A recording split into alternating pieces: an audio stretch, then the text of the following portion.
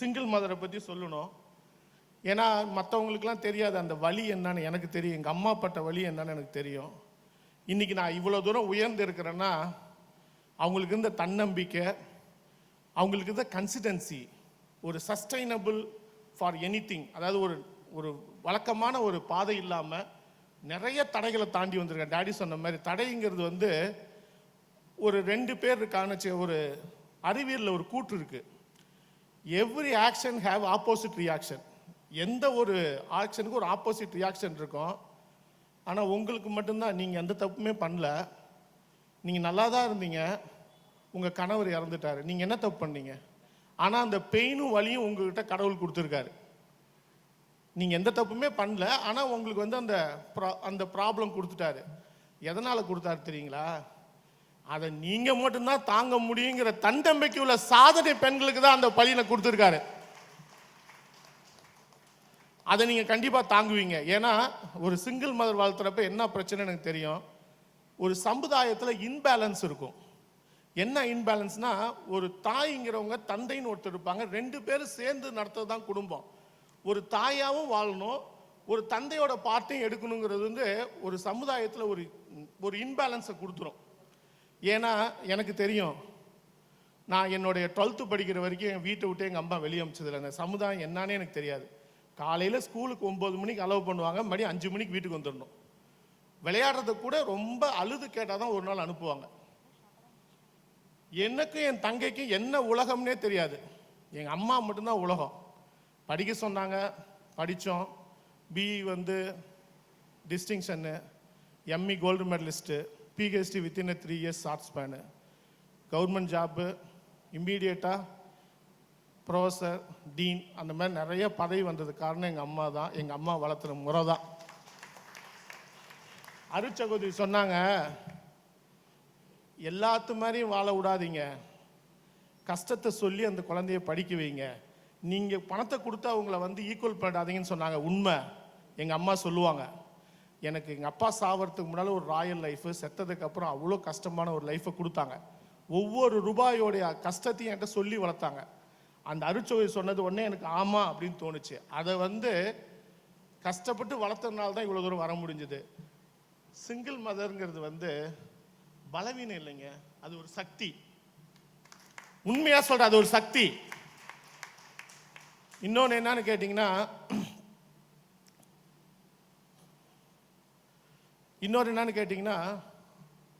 ஒவ்வொருத்தருக்கும் அந்த குழந்தைங்க உட்கார்ந்துருக்கீங்கல்ல, உங்கள் அம்மாவை பார்த்து நீங்கள் ஒரு வீராங்கனையாக தான் பார்க்கணும், ஒரு சிங்கிள் மதராக பார்க்கக்கூடாது. ஒரு வீராங்கனை அவங்க. ஏன்னா எவ்வளோ ப்ராப்ளத்தையும் ஒன்று சேர கொண்டு அதை செக்டாரில் வைக்கிறாங்கன்னா அது ரொம்ப முக்கியமான கஷ்டமான ஒரு துணிவை செஞ்சுருக்காங்க. இந்த நேரத்தில் நான் உங்ககிட்ட கைத்தட்டலுக்காக மட்டும் பேசி போனது ஒரு இது கிடையாது. உங்களுக்கு என்னென்ன வாய்ப்பு இருக்குது, நீங்கள் என்ன பண்ணால் வாழ்க்கையில் முன்னேற முடியும். ஏன்னா இப்போ டேடி சொன்ன மாதிரி ஒரு டெக்னாலஜிக்கல் ரிவல்யூஷன் வந்துருச்சு. அதாவது ஒரு ஏஐன்னு ஒன்று நிறையா வந்திருக்கு. அதை பற்றி நான் ரொம்ப உள்ளே போக விரும்பலை. பட் ஆனால் இப்போ என்ன பண்ணுறோன்னா, ஒரு தனி மனிதனுக்கு தான் வறுமையை போக்கணுன்னா 2 இடத்துல வேலை கிடைக்கும். ஒன்று வேலைக்கு போகலாம், இன்னொன்று என்டர்பிரனர் ஆகலாம். என்டர்பிரனர் தொழில் முனைவோர். தொழில் முனைவோர்னால் நீங்கள் நினச்சிடக்கூடாது நம்ம ஒரு முதல்ல போட்டு ஒரு பயங்கரமான ஒரு தொழிற்சாலை அமைச்சு நம்ம பண்ணுமா, அதெல்லாம் கிடையாது. தொழில் முனைவோருங்கிறது நம்ம மாரிமுத்து உட்காந்துருக்காரு, சாதாரணமாக ஆரம்பித்தவர் இன்றைக்கி 1 crore ப்ராஜெக்ட் பண்ணிகிட்ருக்காரு பர் இயர். நான் அவ்வளோ தூரம் உங்களை போக சொல்லலை. தொழில் முனைவோர்னா என்னன்னு தெரிஞ்சுக்கிங்க.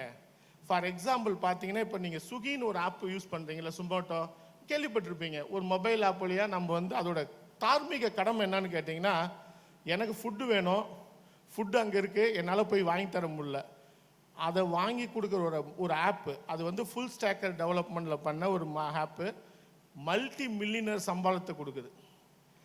அந்த மாதிரி நீங்களும் பண்ண முடியும். இதுக்கு என்ன பண்ணலான்னா, அண்ணா பல்கலைக்கழகத்தில் ஒரு என்டர்பிரனர் டெவலப்மெண்ட் செல்லுன்னு ஒன்று இருக்குது. அதில் உங்களுடைய ஒரு சிறு சிறு ஐடியாக்களை வச்சுருந்தாலும் சரி வைக்கலனாலும் சரி, அதுக்கு அங்கே ஒரு சிஇஓ இருக்கார், அது ஒரு ட்ரைனிங் செக்டார் இருக்கும், ஒரு பெரிய ஒரு ஃபோரம் இருக்கும்.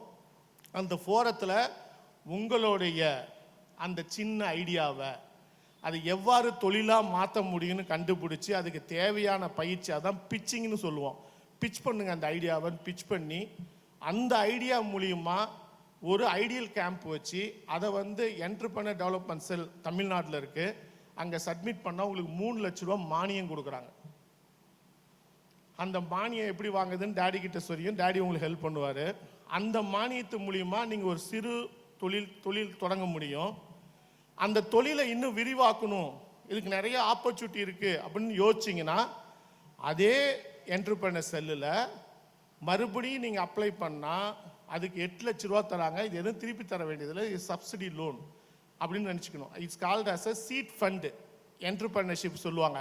இந்த என்டர்பிரனர்ஷிப் கடந்த 10 ஆண்டாக தான் ரொம்ப பெரிய ஒரு மாறுதலை கொடுத்துட்ருக்குது. இன்னைக்கு இந்தியாவில் சொல்கிறாங்க, இந்தியாவில் வந்து மொத்தமே ஒரு தொழில் தொடங்க பேட்டன் ரைட்ஸ்ன்னு சொல்லுவோம் 56,000 தான் இருக்குது. ஆனால் சைனாவில் 2 மில்லியன் 20 லட்சம் பேட்டன்ஸ் இருக்குது. அதனால நீங்கள் அந்த 8 லட்சத்தை பெறலாம். அதுக்கப்புறம் எம்எஸ்எம்இன்னு சொல்லுவோம், அந்த எம்எஸ்எம்இல 12 லட்சத்துக்கு உங்களுக்கு வாய்ப்பு கிடைக்கும். ஸோ நீங்கள் தொழில் முனைவராக மாறுறேன்னு யோசிச்சாலே 3 + 8 + ஒரு 15 இருக்கிற ஒரு வாய்ப்பு இருக்கு. அதற்கான பயிற்சியும் கண்டிப்பாக நம்ம டேடி அவர்கள் உங்களுக்கு கொண்டு வர போறாரு. அதற்கான வாய்ப்பும் நாங்கள் வந்து அந்த ட்ரைனிங்கையும் இப்போ லாஸ்ட் வீக் பேசிட்டு வந்திருக்கோம். எவ்வாறு தொழில் தொடங்கணுங்கிற ஒரு ட்ரைனிங்குமே இந்த ஃபவுண்டேஷன் மூலிமா நாங்கள் பண்ண காத்திருக்கிறோன்னு சொல்றதுல அண்ணா பல்கலை முதல்வர் என்ற முறையில் நான் மற்றற்ற மகிழ்ச்சி அடைகிறேன். சரி, என்னென்னமோ சொல்றாரு, என்ன தொழில் அப்படின்னா, இன்னைக்கு நீ ட்ரைலரிங் படிச்சிருக்கீங்களா? ட்ரைலரிங்கில் என்னென்ன ஜாப் ஆப்பர்ச்சுனிட்டி இருக்குன்னா, நீங்கள் நினச்ச உடனே சும்மா சாதாரண துணி தைக்கிறது இல்லை. மணப்பெண்ணுக்கு வந்து ஜாக்கெட் தைக்கிறது வந்து ஒரு ஜாக்கெட்டுக்கு தைக்கிறதுக்கு 2,500 ரூபா தராங்க. அது 2 நாள் ஆகும். ஸோ ஒரு ஆன் ஆவரேஜ் ஒரு ஜாக்கெட் வந்து ஒரு 30 ஜாக்கெட் தைச்சிங்கன்னா கூட உங்களுக்கு வந்து 75,000 ரூபா வந்துடும். இல்லை சார் என்னால் முடியாது, ஒரு 20 ஜாக்கெட் தான் தைப்பனா கூட 50,000 ரூபா கிடைக்கும். அதுக்கப்புறம் அதில் பார்த்தீங்கன்னா சோழி இருக்குது, சுடிதார் இருக்குது. அப்புறம் இப்போ ரொம்ப லேட்டஸ்ட்டாக ஒரு தொழில் வளர்ந்துட்டு இருக்குது. அது என்னென்னா பியூட்டிஷியன், பியூட்டி பார்லர் வைக்கிறது. இதுக்கெல்லாம் பார்த்தீங்கன்னா பெருசாக ஒன்றும் தேவைப்படாது, நீங்கள் ஒரு கடையெல்லாம் போட தேவையில்லை. அந்த பியூட்டிஷியன் பயிற்சி பெற்றுட்டிங்கனாவே போதும். ஹோம் காலில் கூப்பிட்டு அவர் வீட்டுக்கு போனால் ஒரு நாளைக்கு 5,000 ரூபா கிடைக்கும். ஒரு 10 இடத்துல பண்ணாலே ஒரு 50,000 ரூபா வந்துடும். ஸோ சாதனை பெண்கள் எல்லாருமே நான் சாதனை பெண்ணு சொல்லி வீட்டில் இருக்கக்கூடாது, அதற்கான முயற்சி பண்ணணும். அதுக்கு டேடி ரெடியாக இருக்காரு, அதுக்கு பின்னால் இயக்கத்துக்கு நாங்கள் இருக்கோம், விக்டோரியா மேடம் இருக்காங்க. ஸோ இதுதான் ஆப்பர்ச்சுனிட்டி. அதே மாதிரி பார்த்தீங்கன்னா ஃபிசியோதெரபியில் வந்து பார்த்தீங்கன்னா நிறைய ஆப்பர்ச்சுனிட்டி இருக்குது. யோகா ட்ரைனிங், யோகா நீங்கள் படிச்சுக்கிட்டீங்கன்னா இன்னைக்கு ஸ்ட்ரெஸ் இல்லாத மனுஷனே இல்லை. ஸோ யோகா ட்ரைனிங் வந்து வீடு வீடுக்கு போய் சொல்லி கொடுத்தா கூட ஒரு மாதத்துக்கு 5,000 ரூபா 10,000 ரூபா கிடைக்கும். அதை கூட்டி பார்த்தீங்கன்னா ஒரு 50,000 ரூபா வந்துடும். ஸோ 50,000 ஒரு தனி மனிதன் வாழ முடியும்னா 30,000 ரூபா இருந்தால் போதும். 50,000 ரூபா கிடைக்கிறது பெரிய விஷயம். அதே மாதிரி பார்த்தீங்கன்னா food processing technology, organic food இப்போ எல்லாரும் விரும்புகிறோம். ஆர்கானிக் மைக்ரோஃபில்ஸ், ஒரு சின்ன செடியை வந்து சின்னதாக வளர்த்தி ஒரு அடி 1/2 அடி இருந்தால் போதும். அந்த கீரை வந்து நியூட்ரிஷன், அவ்வளோ நியூட்ரிஷன் இருக்குது. அது வீட்டிலே பயிரிட்டு அதை வளர்த்தி நீங்கள் ஒரு கவர் போட்டு விற்றீங்கன்னாவே போதும், அது கிடைக்கும். அடுத்தது ஹேர் ஸ்டைலிஸ்ட்டு, விமன் ஹேர் ஸ்டைலிஸ்ட்டுக்கெலாம் நாங்கள் ட்ரைனிங் கொடுக்குறாங்க, அதை நீங்கள் ஈஸியாக படிச்சுக்கலாம். அதுக்கப்புறம் ஜூட் பேக் செய்கிறது, கல்யாணத்துக்கு ஜூட் பேக் செய்கிறாங்க இல்லையா, கல்யாணத்துக்குன்னு இல்லை எங்கே வேணால் நம்ம கொடுக்கலாம், ஜூட் பேக் செய்ய முடியும். அப்புறம் வாழை மட்டையில் வந்து ஒரே ஒரு மிஷின் வாங்கினா போதும், வாழை மட்டை பிளேட் சரி பண்ணி அது எல்லாத்துக்கும் விற்கலாம். அதுக்கப்புறம் டைமண்ட் பட்டை தீட்டுறது, டைமண்ட் இருக்கு இல்லைங்களா, அது பட்டை தீட்டுறதும் ஒரு டெக்னாலஜி இருக்குது, அதையும் நீங்கள் பண்ணலாம். அப்புறம் சோலார் பேனல் இப்போ இல்லாத வீடே இல்லைங்க. அந்த எல்லா சோலார் பேனல்லையும் ஒரு 3 மாதத்துக்கு ஒரு ட்ரிப் அதை க்ளீன் பண்ணணும். அந்த கிளீனிங் டெக்னாலஜிஸ் இம்பார்ட்டன்ட். அதுக்கு சிங்கிள் மதர் யூஸ் பண்ணலாம். உங்களுக்கு அது எவ்வாறு க்ளீன் பண்ணுறோம் அப்படின்னு சொல்லி கொடுத்துட்டா போதும். ஒரு வீட்டுக்கு போனீங்கன்னா ஒரு 6 பேனல் இருக்கும், அந்த பேனலை சுற்றி பண்ணால் ஒரு 1,500 ரூபா தருவாங்க. அதே மாதிரி குரூப்பிங் ஆஃப் ஆக்டிவிட்டி டேடி கிட்ட நாங்கள் டிஸ்கஸ் பண்ணியிருக்கிறோம். ஃபார் எக்ஸாம்பிள் என்ன வேணும்னா க்ளவுட் கிச்சன், இது வந்து ரொம்ப ஃபேமஸாக போயிட்டு இருக்குது. க்ளவுட் கிச்சனில் என்ன பண்ணணும்னா, க்ளவுட் கிச்சன்னா நம்ம வீட்டில் சமைச்சு ஒரு ஆஃபீஸ் இருக்குன்னு வச்சுங்க, இந்த ஆஃபீஸில் மத்தியானம் மட்டும் நான் 30 பேர்த்துக்கு சாப்பாடு தரேன், கேரியரில் கொண்டு போய் கொடுத்துடணும். ஸோ அஷ்யூர்டு இன்கம் அது. அதே மாதிரி பார்த்தீங்கன்னா ரெண்டாவது வந்து பார்த்தீங்கன்னா இந்த ஃபினாயில் சோப் ஆயில் இதெல்லாம் ப்ரிப்பேர் பண்ணுறது, இது ஒன்றும் பெரிய டெக்னாலஜிலாம் கிடையாது. இதை யார் டார்கெட் பண்ணணும்? நம்ம மார்க்கெட்டில் நம்ம போய் யாரையுமே டார்கெட் பண்ண முடியாது, சம்பாதிக்கவும் முடியாது. ஒரு ஆர்கனைசேஷன் இருப்பாங்க, ஃபார் எக்ஸாம்பிள் ஒரு ஐடி கம்பெனி இருக்கு, இல்லை இந்த ஒரு ஆர்கனைசேஷன் இருக்குன்னா அவங்க கிட்ட பேசிட்டு, சார் மாசம் மாசம் நான் உங்களுக்கு வந்து இந்த ஃபினாயிலையும் சோப் ஆயிலையும் நான் சப்ளை பண்றேன் அப்படின்னு 10 இடத்த. அதனால தான் இன்னைக்கு டேடி சொன்னாரு, இது வந்து ஒரு மீட்டிங் இல்ல, ஒரு கான்டாக்ட் பாயிண்ட்ஸோட சென்டர். இந்த வரைங்க பார்த்தீங்களா, இதை மூலியமா டேடி மூலியமா நீங்க டேடி வெண்டார் 3 பேர் சேர்ந்தீங்கன்னு வச்சுங்க, கண்டிப்பா உங்களால ஹெல்ப் பண்ண முடியும். டேடிக்கு அந்த உணர்வு இருக்கு, உங்களுக்கு அந்த உணர்வு இருக்குன்னு நான் நினைக்கிறேன். அதனால கண்டிப்பா அதையும் செய்ய முடியும். அதே மாதிரி பார்த்தீங்கன்னா எல்இடி பல்பு, இதுக்கு ஒன்றுமே தேவையில்லை. சும்மா ரா மெட்டீரியல் போய் திருச்சியில் போய் ரிச்சி ஸ்ட்ரீட்டில் வாங்கிட்டு வந்து நீங்களே எல்இடி பல்பு செஞ்சீங்கன்னு வச்சிங்களேன், மார்க்கெட்டில் அந்த எல்இடி பல்பில் 100 ரூபா, ரா மெட்டீரியல் விலை 20 ரூபா, நீங்கள் செய்யறதுக்கு ஒரு 50 ரூபாய்க்கு விற்கலாம். யாருக்கு விற்கலாம்? ஸ்கூல்ஸில் போய் விற்கலாம். ஒரு போன்சக்கர் காலேஜுக்கு போய், நான் சிங்கிள் மதருங்க, உங்கள் டியூப் லைட் வாங்குறீங்க, அந்த டியூப் லைட் விலை 100 ரூபா, நான் 50 ரூபாய்க்கு தரேன், நானும் வாழ்வேன், என் குடும்பமும் வாழ்வேன், என் குடும்பத்தோட கஷ்டமும் தீரும் அப்படின்னா கண்டிப்பாக வாங்குவாங்க. அதே மாதிரி வந்து அஃபிஷியல் கவர் ஒட்டுறது, இந்த கவர் இருக்கு இல்லைங்களா, அந்த கவரை வந்து நாமளே டிசைன் பண்ணி நாமளே ஒட்டி வச்சு, ரா மெட்டீரியல் மட்டும் வாங்கி அதுக்குள்ள பயிற்சி, இது எல்லாமே பண்ண முடியும். இன்னொன்று என்னன்னு கேட்டிங்கன்னா, சார் எல்லாமே இப்போ ஸ்டார்ட் அப்னு கொண்டு வந்துட்டாங்க.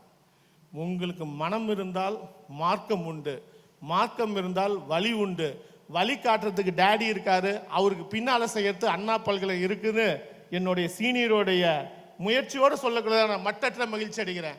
ஏன்னா இந்த மேடை உட்கார்ந்துருக்க ஒவ்வொரு தாய்மாரோட வலியும் எனக்கு தெரியும். நான் எப்படி அந்த வலி இருக்கும், ஒரு குழந்தைங்களை எப்படி வளர்த்தணும், அப்பா துணை இல்லாமல் ஒரு ஃபினான்ஷியல் இன்ஸ்டெபிலிட்டி வந்துடும், பணத்தோட கஷ்டம் தெரியும், திடீர்னு எடுத்தோன்னே எதுவும் செய்ய முடியாது. இன்னும் சொல்ல போனால் சமுதாய அவலங்களை பற்றி நான் பேச விரும்பவே மாட்டேன், அதெல்லாம் தேவையே இல்லை, எதுவுமே கிடையாது. You will be a chancellor, நீங்கள் தான் எம்பரர், நீங்கள் போராடலாம். அந்த போராட்டத்துக்கு ஒரு வழிகாட்டியா இன்னைக்குள்ள டெக்னாலஜியை டேடி சொன்ன மாதிரி இந்த ட்ரஸ்ட் மூலியமா செய்யறதுக்கு technology is ready, daddy is ready, your foundation, your peoples are, நீங்க தான் இதுக்கு ஒத்துழைப்பு கொடுத்து வறுமையை அடிச்சு விரட்டணும். புரியுதுங்களா? இயலாமையை அடிச்சு விரட்டணும். சிஸ்டர் சொன்னாங்க, அப்துல் கலாம் இருக்காரு, நானே ஒரு பெரிய உதாரணம்.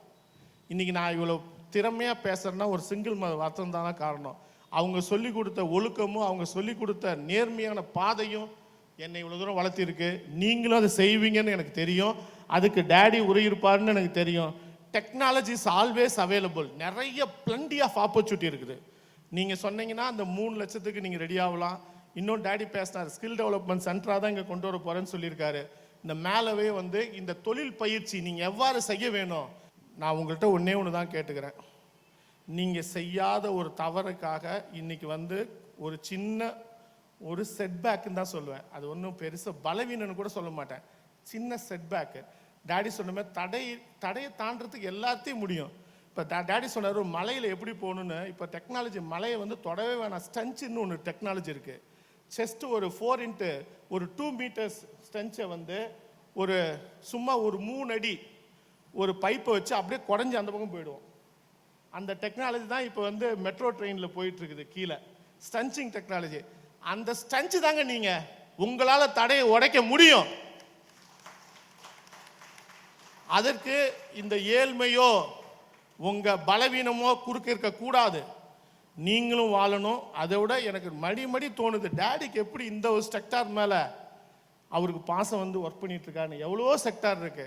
இன்னும் சொல்ல போனா அங்க வந்து இந்த உடல்வாய் நோய்பட்டவங்களை பெட்டட் பீப்புளை பார்க்கறதுக்கு ஒரு ஸ்கீம் இருந்தது. அதை நான் அமேஸ் அடித்தாலும் வாழும் உங்களை போன்ற சாதனை பெண்கள், நான் கைமான் பெண்ணே சொல்ல மாட்டேன், சாதனை பெண்களை உங்களை தூக்கி வரத்துக்கு அவர் இருக்கிறப்ப நானும் சேர்ந்து அவரோட ஒர்க் பண்ணணும். அவரோட ஈகை திறனை நீங்கள் எல்லாரும் பாராட்டணும், அவர் நல்லா இருக்கணும். ஏன்னா ஒருத்தர் தான் குடும்பத்தை பற்றி கவலைப்படாமல் ஒரு 25 வருஷங்க அவ்வளோதாங்க லைஃபு, மொத்தம் 50 வருஷம் தான் லைஃபு.